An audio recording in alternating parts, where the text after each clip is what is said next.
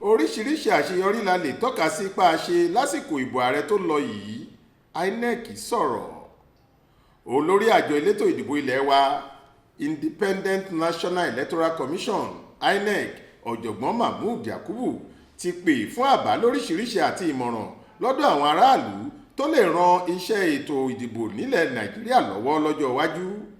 Lọ́jọ́rú wẹ́sídẹ̀ẹ́ ọjọ́ 26 oṣù keje yìí ni Yakubu sọ̀rọ̀ yìí lásìkò tó ṣèpàdé pẹ̀lú àwọn oníròyìn lórí àgbéyẹ̀wò ètò ìdìbò ààrẹ ọdún 2023 nílùú Àbújá.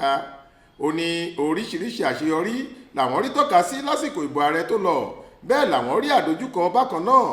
Ó lóun dúpẹ́ púpọ̀ lọ́wọ́ àwọn iléeṣẹ́ ìròyìn fún ipa ribiribi tí wọ́n kó lórí bí wọn kò ṣe jẹ́ kétí àwọn aráàlú di ní gbogbo àsìkò ọ̀hún.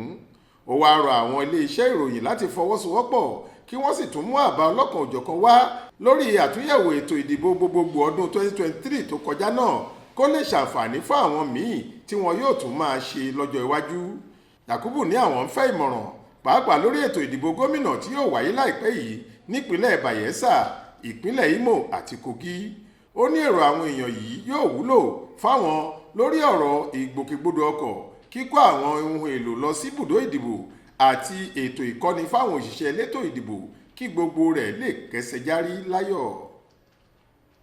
Monísọ́lá Sàká ló ṣàkójọ ìròyìn yìí fún iléeṣẹ́ tẹlifíṣàn Aláròye online.